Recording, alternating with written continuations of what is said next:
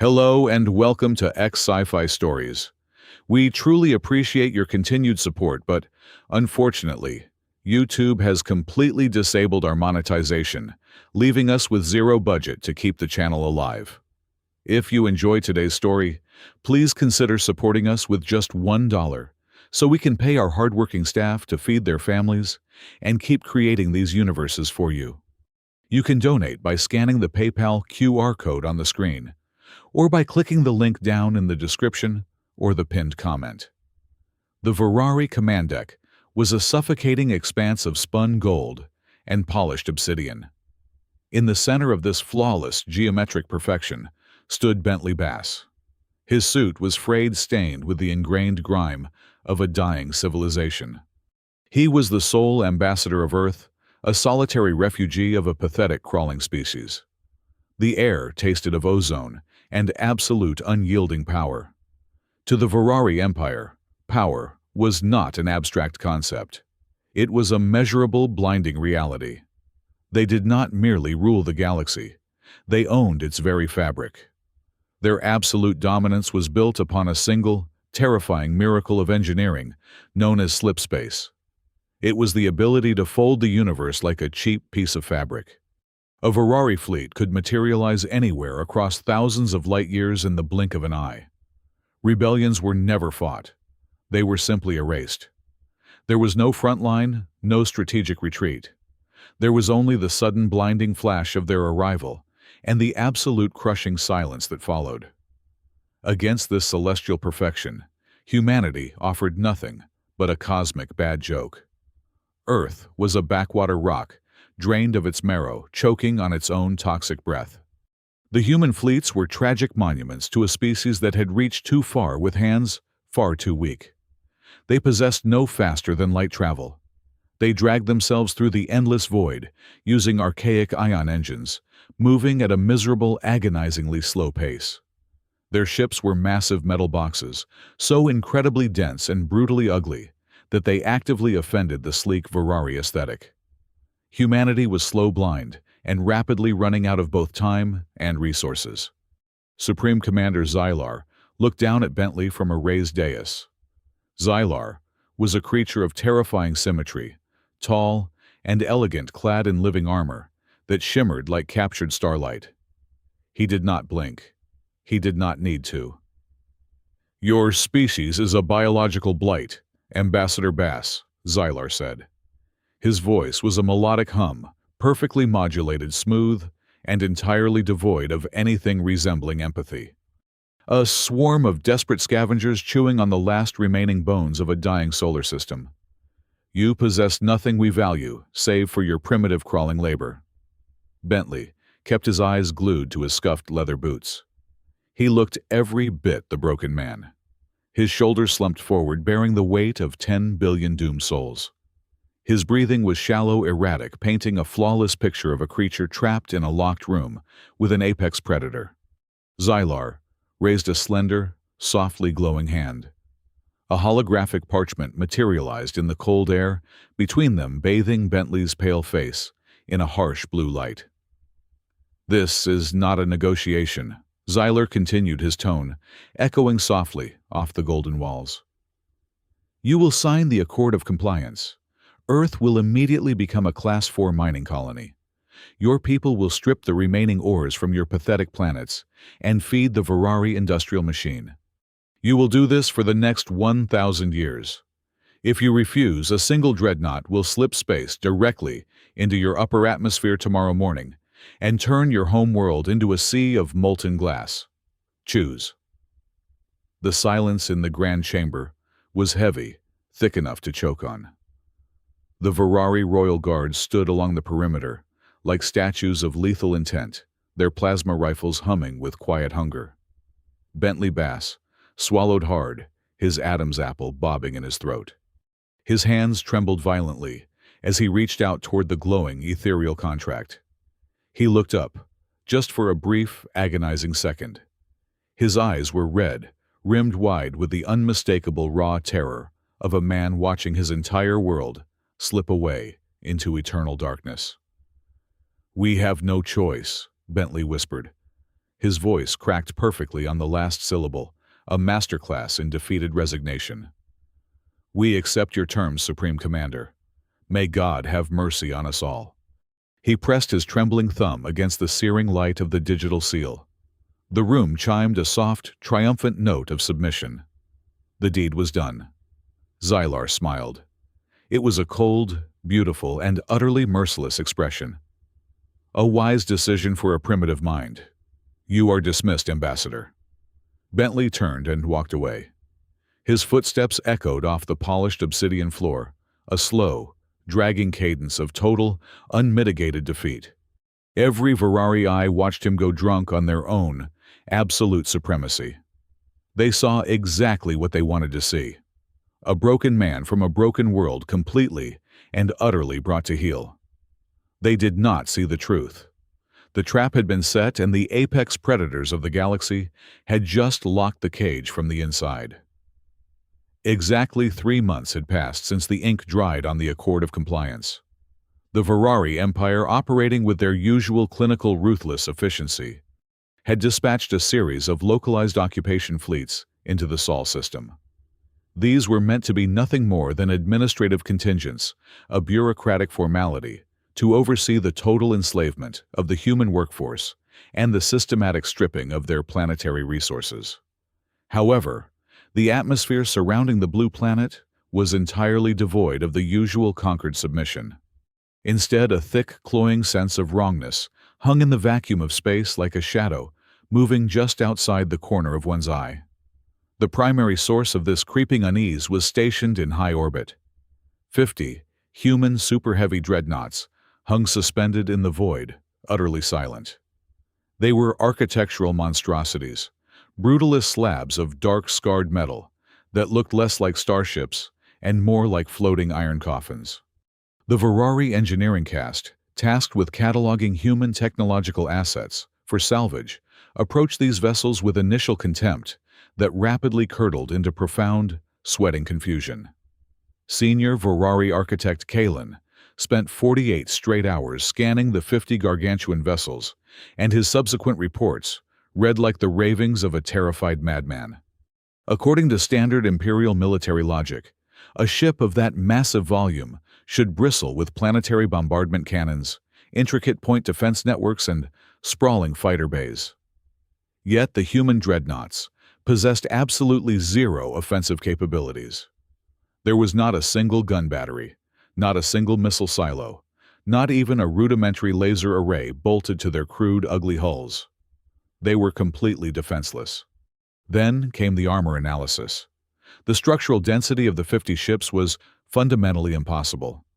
Kalen's deep, penetrating scanners bounced off the hulls, returning error codes that actively defied the basic laws of metallurgy. The metal was compressed to a degree that should have collapsed under its own gravitational weight, creating a shell so absurdly thick it left barely any internal volume for a crew or standard operational machinery. They were practically solid blocks of hyperdense mass. But the most disturbing detail was the hum. It was not a sound that could be heard in the vacuum of space, but rather a violent, invisible frequency bleeding from their deep internal energy cores. Varari scout ships that flew within a 100-mile radius of the dreadnoughts reported severe sensory distortion. The frequency clawed at the minds of the alien crews, inducing cold sweats, micro-seizures, and an overwhelming primal instinct to flee the sector. It was a dead, suffocating resonance, a localized anchor weighing down the very fabric of reality around the planet. Light years away, deep within the sterile archives of the Varari Intelligence Directorate, Sub-Commander Viel sat in complete darkness, bathed only in the sickly green glow of a holographic terminal. He was not looking at ship schematics. He was obsessively analyzing the psychological profile of the human surrender. Something about the encounter 3 months prior had felt artificially hollow, a note played slightly out of tune. Viel pulled up the classified biometric telemetry recorded during the signing of the Accord. The data had been captured secretly by the command deck sensors, measuring Ambassador Bentley Bass's core temperature, pupil dilation, neural firing rates, and cardiovascular rhythm. Vial slowed the playback of the visual feed to a crawl, watching the human tremble, watching the sweat bead on his forehead, watching the perfect picture of a man experiencing total, world-ending devastation. Then, Vial isolated the heart rate monitor. The glowing green line pulsed steadily across the lower quadrant of the screen. Vial froze. The ambient temperature in his office suddenly felt freezing cold. During the entire terrifying ordeal from the exact moment Xylar threatened to turn Earth into a sea of molten glass. To the specific second, Bass pressed his thumb to the digital seal, the human's heart rate had remained perfectly impossibly flat. It never spiked. It never fluttered in panic. It maintained a steady, rhythmic, terrifyingly calm drumbeat of exactly 70 beats per minute. "By the dying stars," Vial whispered to the empty room, his mandibles clicking in a sudden, uncontrollable spasm of dread. The trembling hands, the cracked voice, the wide, terrified eyes. It was all a flawlessly executed biological lie. Bass was not experiencing fear. He was exhibiting supreme, chillingly calculated control. The man was not a broken diplomat begging for scraps of mercy. He was a predator, sitting patiently in a blind, watching his prey wander exactly where he wanted them. Panic cold and sharp as a scalpel began to take root in Vale's chest. He frantically bypassed standard authorization protocols, digging violently into the deepest, oldest layers of intercepted human communication networks. If the surrender was a theatrical performance, what monstrous secret were they hiding behind the curtain? The intelligence decryptor chewed through centuries of fragmented human data before spitting out a heavily redacted historical file, dated exactly 200 years ago. The title alone made Vial's dual hearts skip a lethal beat. Project Kronos. The humans had not only theorized faster than light travel, they had successfully mapped the fundamental mechanics of slipspace 2 entire centuries ago. Vial read through the scattered research notes, watching human physicists easily solve the multidimensional equations that the Varari considered their exclusive divine birthright. But then, the data abruptly ended. There was no triumphant launch of a faster-than-light vessel. There was no glorious colonial expansion across the stars. Instead, the archive showed a sudden violent purge. The human planetary government had ordered the immediate execution of the project, leads the total erasure of the mathematical formulas, and a global unbreakable ban on any further slipspace experimentation. They had touched the power of the gods, looked at it closely, and then buried it under miles of concrete, absolutely terrified. Vale stared at the glowing green letters, his breath catching in his throat, his mind racing through catastrophic variables. A species did not simply abandon the ultimate key to the universe out of boredom. They abandoned it because they discovered a flaw, a terminal apocalyptic flaw in the very nature of the technology. He overlaid the biometric data of the unflinching ambassador with the structural anomalies of the 50 weaponless dreadnoughts and the deeply buried 200-year-old ban on hyperspace technology. The puzzle pieces slammed together in his mind with sickening, undeniable clarity. The humans were not a backward, pathetic race clinging to survival.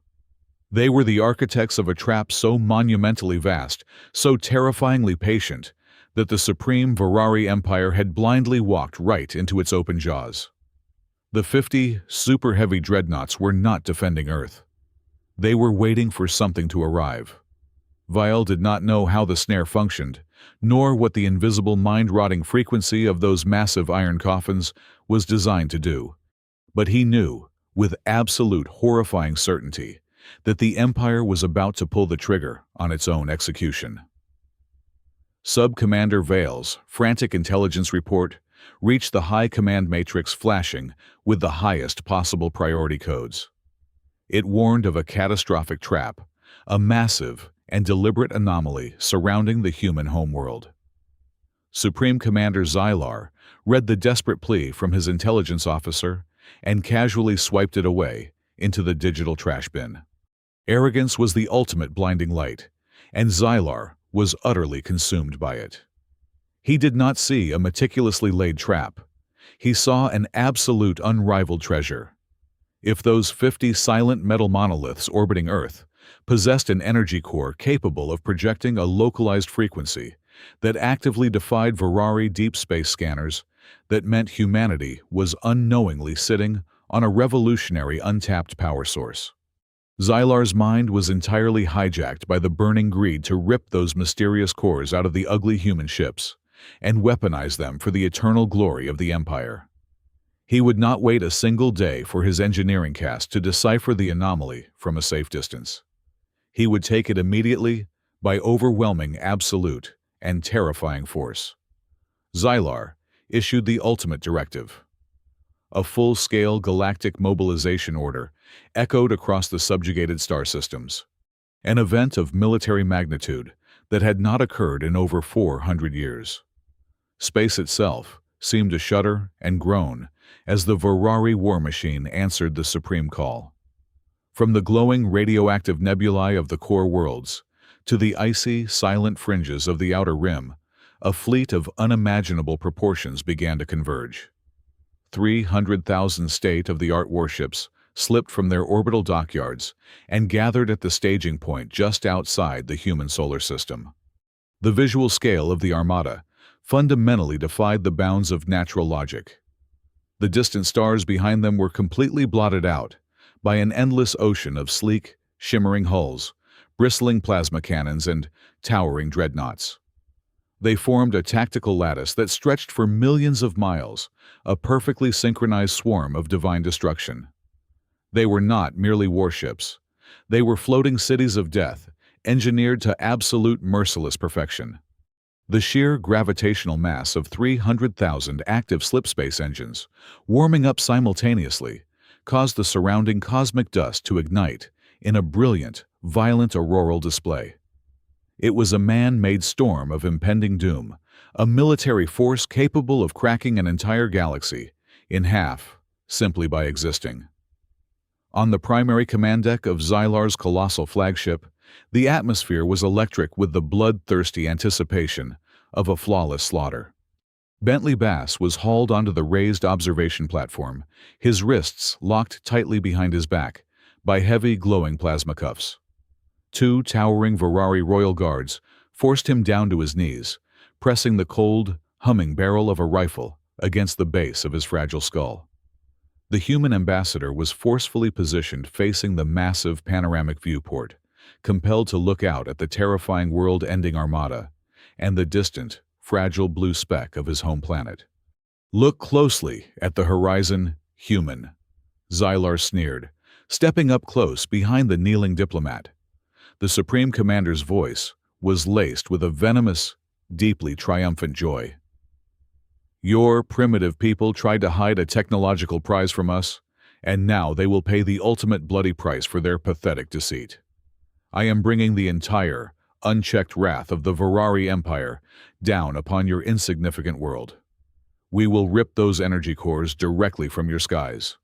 And then we will burn your atmosphere until absolutely nothing remains but a sphere of floating ash. You will bear witness as your entire species is erased from the cosmic record." Bentley said absolutely nothing. He did not struggle against the searing bite of the heavy plasma cuffs. He merely stared forward through the thick, armored glass at the gathering fiery storm of 300,000 alien warships. "Initiate fleet-wide slipspace fold." Xylar commanded, his voice echoing with godlike authority across the grand, golden chamber. "Target coordinates are set directly for the upper atmosphere of Earth. Execute the jump. Crush their pathetic resistance in exactly 5 seconds." The universe screamed in agony. 300,000 hyperdrives activated in absolute flawless unison. The very fabric of space and time was violently grabbed, twisted, and torn completely open. It was as if a burning blade had been drawn across the dark canvas of the cosmos. A blinding, searing flash of pure white light erupted across the endless void, swallowing the massive Imperial Armada whole. It was a terrifying, breathtaking display of supreme cosmic dominance. The entire Ferrari fleet plunged headfirst into the fourth-dimensional rift, intending to bypass all physical distance and materialize instantly in the skies of Earth, ready to rain down a storm of plasma fire that would end the rebellion before it even had a chance to breathe. Xylar stood tall, with his hands clasped behind his back completely and utterly certain of a flawless, devastating victory within the next few heartbeats. Kneeling quietly on the cold obsidian floor, completely surrounded by the apex predators of the known galaxy, Bentley Bass slowly turned his bound wrists, just enough to look down at his analog watch. It was an incredibly cheap, battered mechanical thing, ticking away with a quiet, stubborn rhythm. He watched the tiny second hand sweep past the 12. A faint, razor-sharp smile finally broke through the ambassador's previously flawless facade of weary defeat. He took a slow, deep breath, and his voice was no longer trembling or weak. It was steady, cold, and utterly merciless. 3. Bentley muttered softly under his breath. 2. 1. Welcome to physics hell. To travel through slipspace was to become a ghost, slipping seamlessly through the mathematical gaps between dimensions. It was a realm of perfect, frictionless transit. But the Sol system was no longer a location. It had been weaponized into a conceptual brick wall.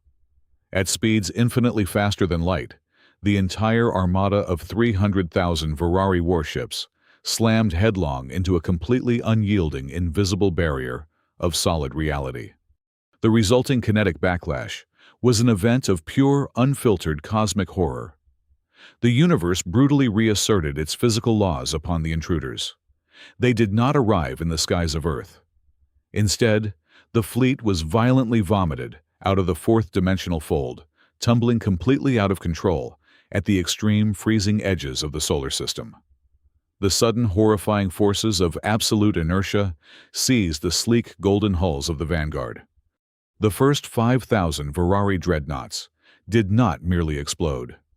They were fundamentally unwritten from existence.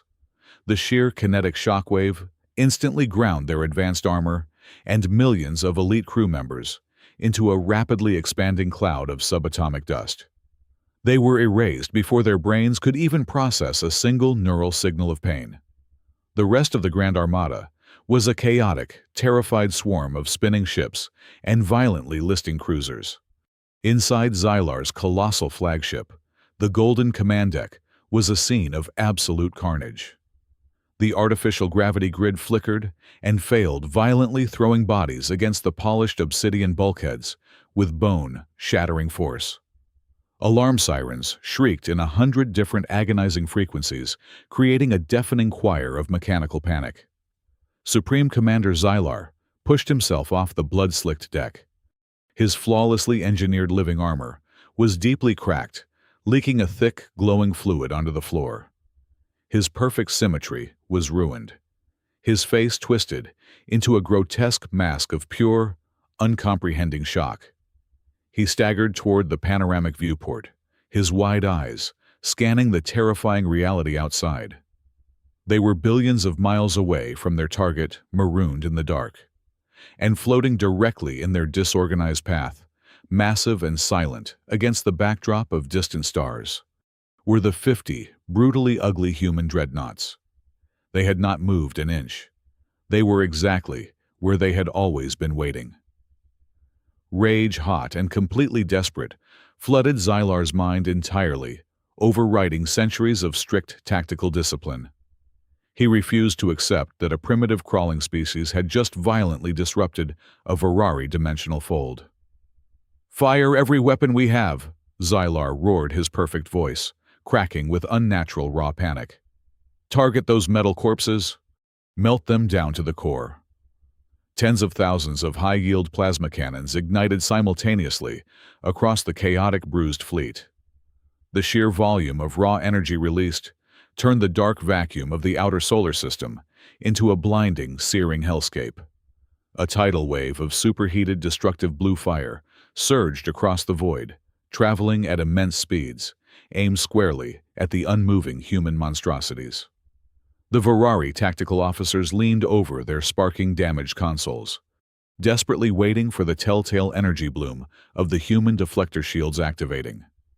They waited to measure the resistance to calculate exactly how many seconds it would take to burn through the primitive defenses and claim their vengeance. But the shields never activated. The Ferrari engineers stared in absolute paralyzing disbelief at their sensor readouts. The 50 human dreadnoughts did not possess any energy shields at all. They were completely nakedly exposed to the deadliest concentrated barrage in galactic history.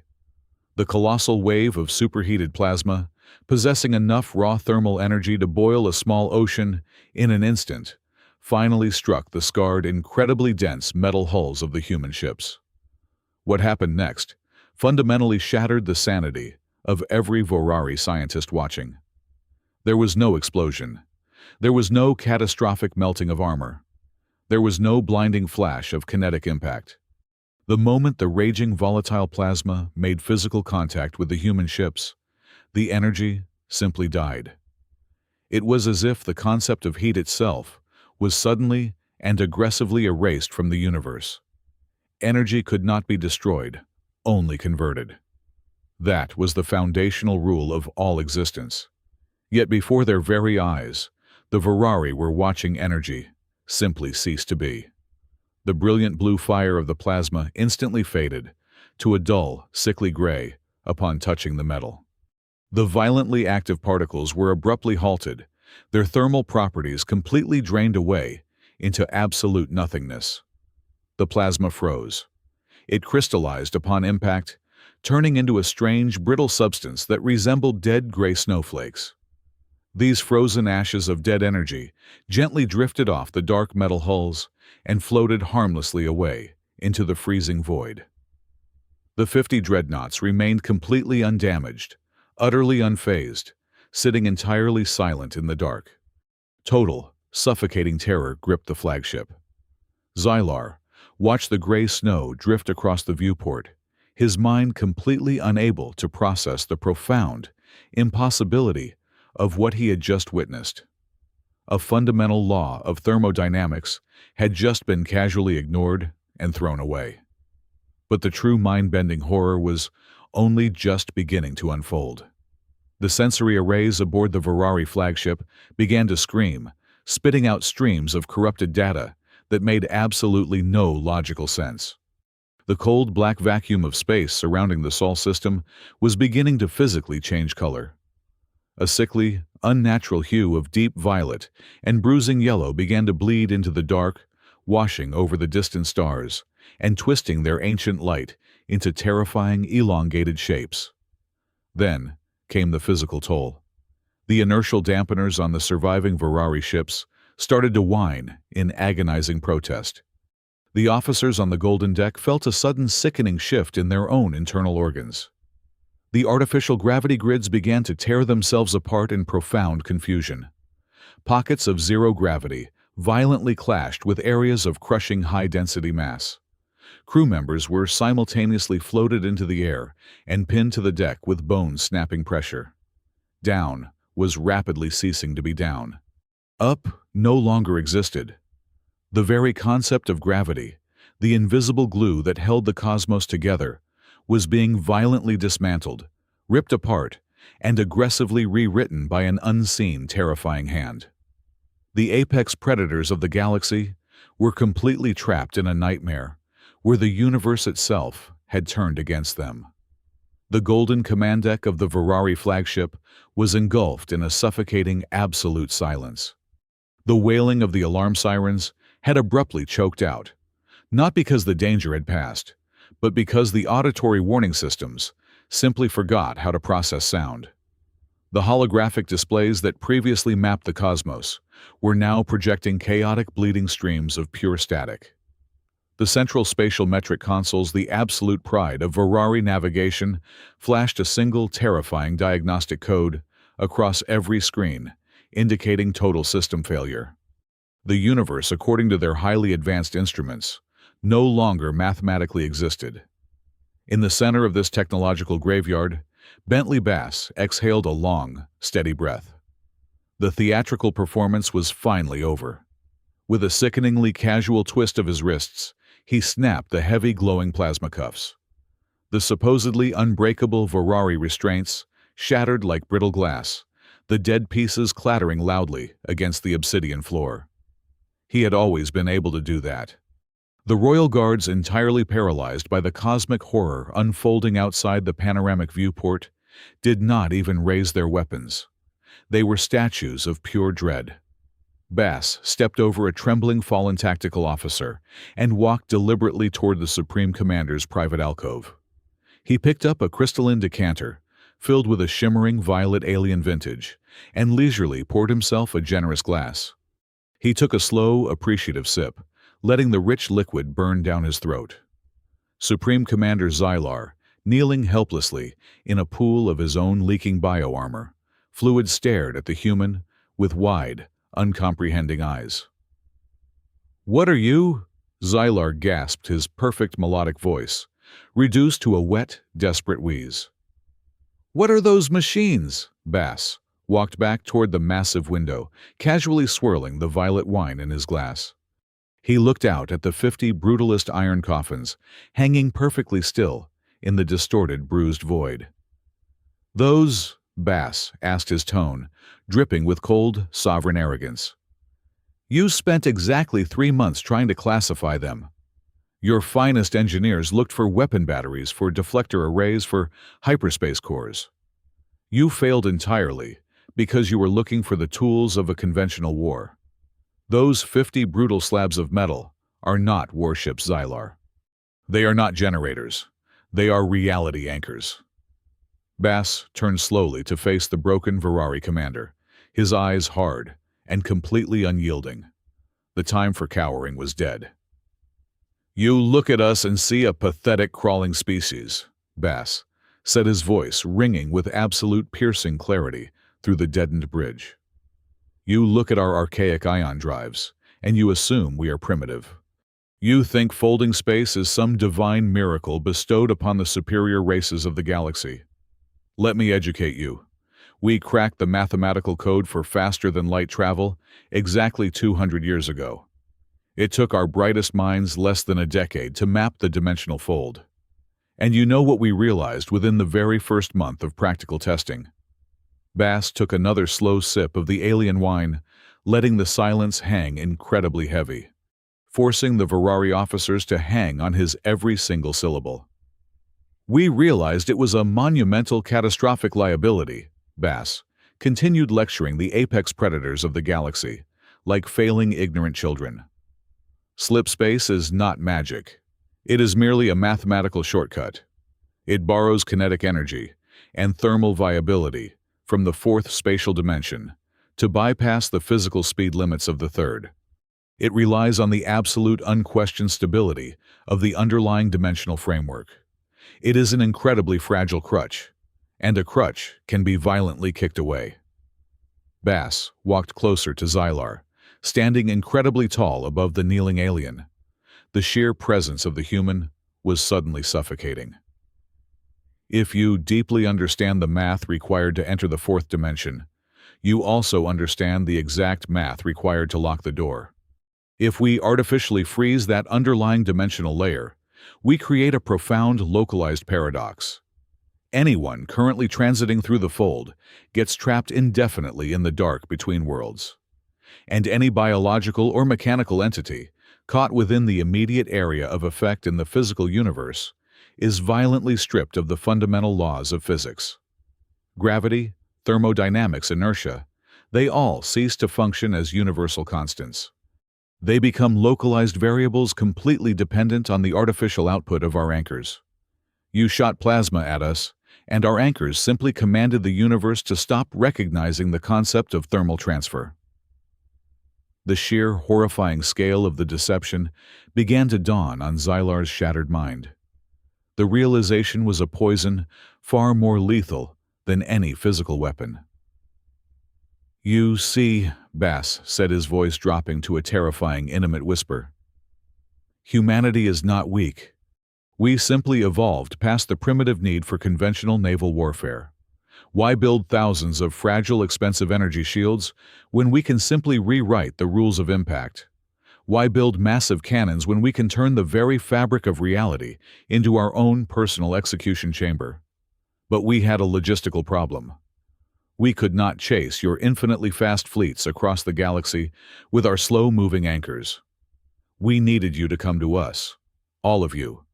Bass gestured expansively toward the viewport where the remnants of the Grand Armada of 300,000 ships were currently tumbling aimlessly through a chaotic, impossible gravity storm. We needed a bait so irresistible, so deeply insulting to your massive cosmic ego, that you would commit your entire primary force to a single localized strike. We fed you the ultimate lie. We played the pathetic, helpless victims perfectly. We handed you our homeworld on a silver platter, pretending to be completely devoid of faster-than-light capabilities, just to ensure you would bring your entire active military right to our doorstep. We did not build a defensive wall to keep you out, Xylar. We built a cage and we waited patiently for the apex predators of the galaxy to walk blindly inside and lock the door themselves. The space surrounding our solar system is no longer a vacuum. It is a physical dead zone, and your entire empire is now entirely at our mercy. The reality of his absolute defeat finally shattered the paralyzing shock holding Supreme Commander Xylar captive. A primal, deeply buried survival instinct violently clawed its way to the surface of his mind. He scrambled backward, his boots slipping uncontrollably on the slick obsidian floor, and screamed at the surviving bridge officers. "Reroute all auxiliary power to the sublight thrusters." Xylar roared, his flawless composure entirely gone, replaced by the ugly raw panic of cornered prey. "Turn the fleet around maximum conventional burn. Get us out of this system now." The tactical officers frantically slammed their hands across the sparking consoles, desperately attempting to ignite the massive ion exhaust manifolds. Deep within the bowels of the surviving armada, the great engines flared brilliantly for a mere fraction of a second. Then, they simply choked and died. The space surrounding the fleet was no longer a fluid vacuum. The invisible reality anchors had actively crystallized the local void. Pushing a ship through it was like trying to fly a fighter jet through a mountain of solid diamond.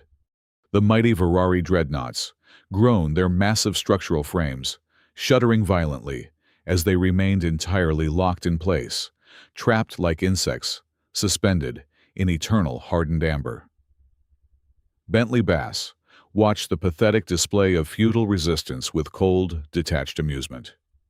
He reached a slow, deliberate hand into the breast pocket of his frayed suit coat.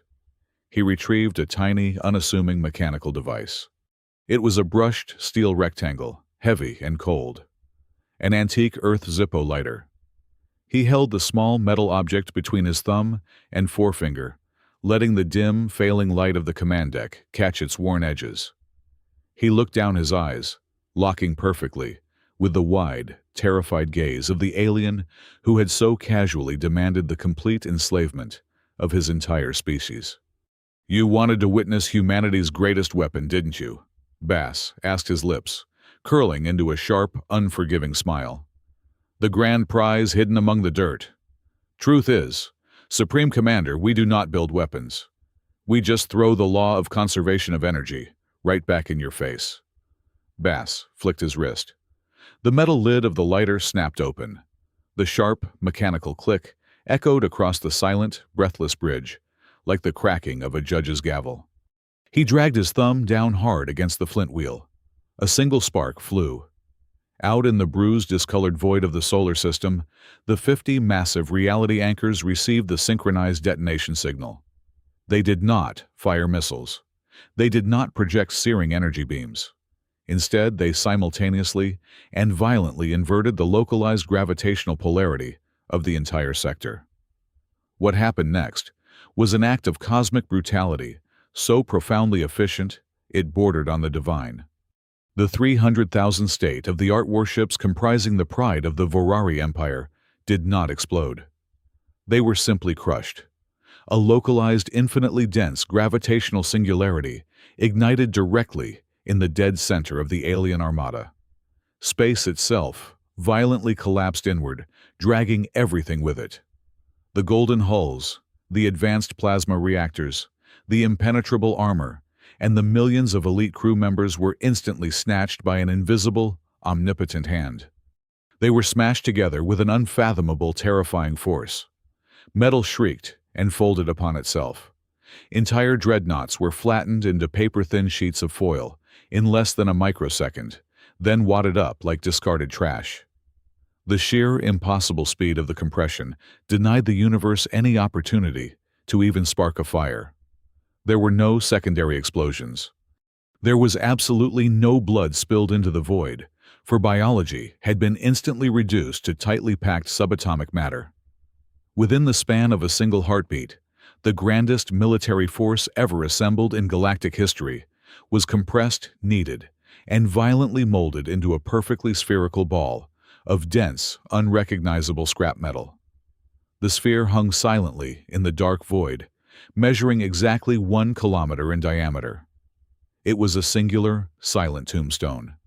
The absolute quiet of physical death reigned supreme. On the flagship miraculously spared from the gravitational crush, purely to bear witness, the silence was suffocating. Bentley Bass casually raised his glass, taking a final, deeply satisfying sip of the violet alien wine. He set the empty crystal glass down on a sparking console. He adjusted his frayed lapels, stepped cleanly over the quivering, broken form of the supreme alien commander, whose soul had just been entirely shattered, and walked toward the exit. Before the heavy command doors hissed open to let him leave, Bass paused. He did not turn around. He simply left one final chilling message to be broadcast across the entire, terrified galaxy. Earth officially declares this galaxy is now under new management, and we do not accept negotiations. Thank you so much for listening to the very end of this story. We would love to know where in the world you are tuning in from today, so please let us know in the comments below. If you found today's story entertaining and want to help keep this channel alive, please consider supporting us with just $1. You can easily do so by scanning the PayPal QR code currently on your screen, or by using the PayPal link provided in the description or the pinned comment. Your incredible generosity allows us to pay our dedicated staff, helping them feed their families while we continue creating these sci-fi universes for you. Thank you again, and we will see you in the next story.